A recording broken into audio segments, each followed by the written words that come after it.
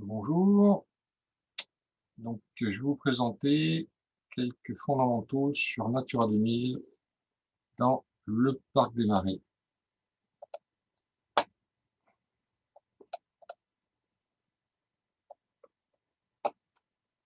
Mhm. Ça va bientôt commencer. Voilà, pardon.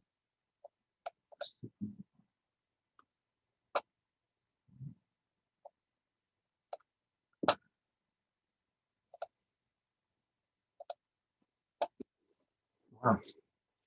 Donc l'histoire commence en 1979 avec la parution de la directive européenne sur la conservation des oiseaux. Cette directive, elle comporte deux parties bien distinctes. Une première traite de la question de la gestion de la chasse, quelles espèces sont chassables, quels moyens sont utilisables et surtout à quelle période. Donc ça va faire couler beaucoup d'encre et mettre beaucoup de polémiques, mais ça nous concerne malgré tout assez peu pour le sujet d'aujourd'hui, euh, contrairement à la seconde partie qui demande aux États membres de conserver un réseau de sites pour la conservation des espèces menacées à l'échelle de l'Europe, listées dans une annexe, et des espèces migratrices avec un focus particulier sur les espèces des zones humides.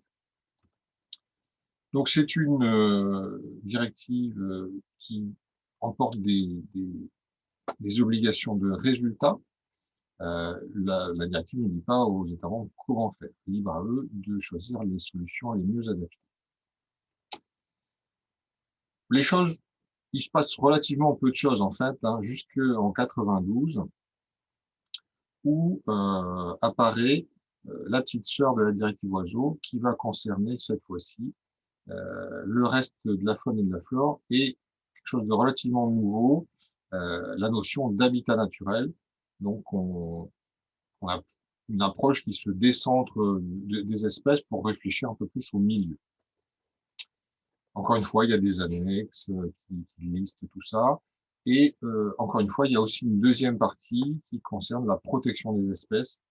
Alors, on est assez peu concerné en Normandie parce que ça parle essentiellement des grands prédateurs, les ours, les loups, qui ont disparu il y a bien longtemps chez nous. C'est de cette époque-là que date l'apparition du vocabulaire Natura 2000. Donc, le réseau Natura 2000 étant euh, la, le résultat des réseaux de sites désignés au titre de la directive oiseaux et de ceux désignés au titre de la directive habitat. La directive elle comporte également des précisions sur l'évaluation des projets et programmes touchant les sites Natura 2000. Voilà, il y a des principes comme quoi on n'a pas le droit de détruire systématiquement et massivement les sites Natura 2000. Alors c'était déjà dans la directive oiseaux, mais encore une fois, c'était relativement passé inaperçu.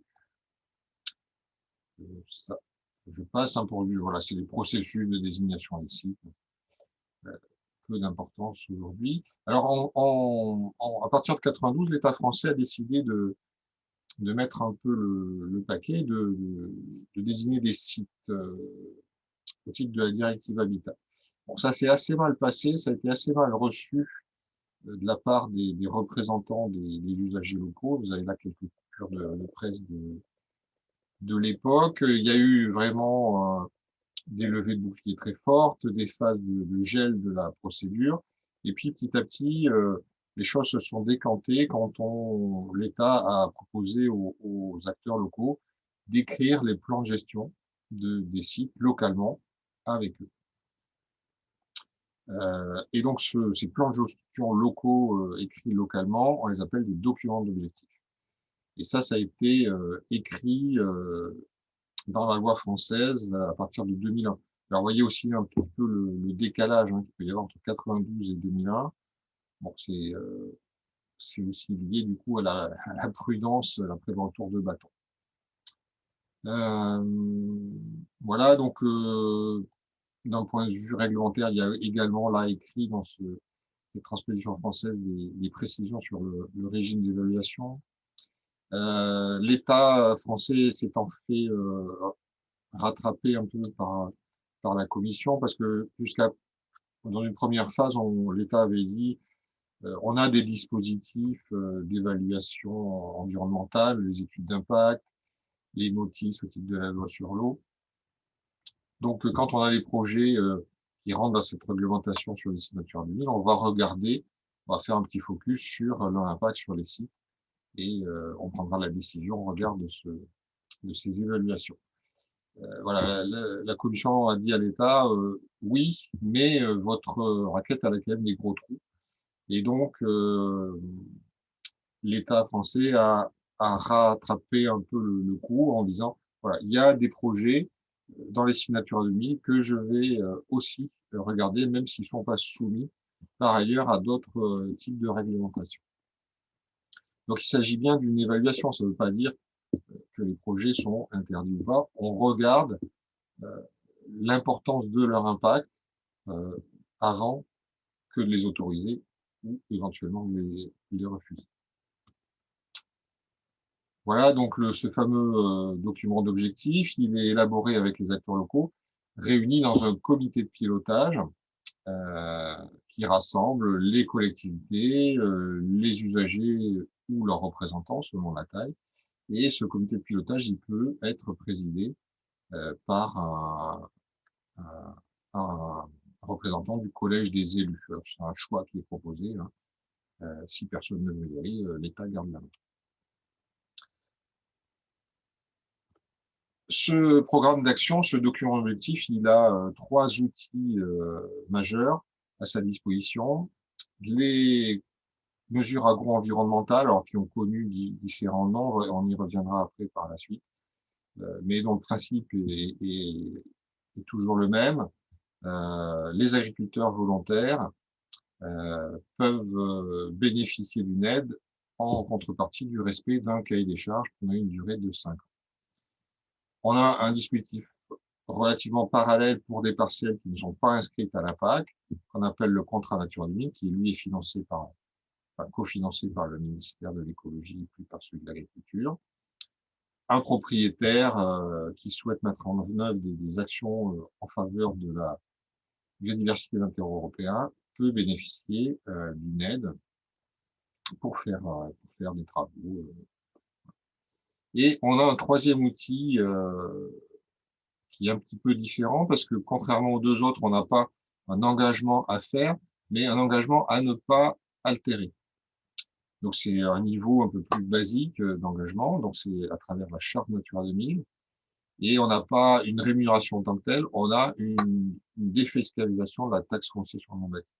Donc ça, c'est un dispositif dont on ne fait pas la promotion localement parce que cette défiscalisation de la taxe foncière sur le non-bâti n'est que partiellement compensée auprès des collectivités par l'État. Donc voilà, on ne s'en sert pas beaucoup. Voilà un peu l'état du réseau en Europe. Hein, vous voyez, ça se voit à l'échelle européenne. Mais malgré tout, ces efforts qui sont déployés là, on n'a pas encore réussi à inverser les tendances. Hein. Vous avez sans doute entendu parler des ambitions de la Commission d'arrêter la perte de biodiversité. On n'y est malheureusement pas encore. Donc ça, c'est l'évaluation de l'état de conservation des espèces. Donc, on n'a que 27% des espèces qui sont en état favorable. Sur les habitats, c'est encore un petit peu moins bien. Par contre, sur les oiseaux, le bilan est un peu plus positif. Voilà. Donc, encore des efforts à poursuivre. Donc là, on va dézoomer sur le réseau français et on va finir cette première partie avec une image du réseau normand. Voilà, donc on va s'arrêter là et dans une deuxième vidéo, on aura un zoom sur les marais du Cotentin.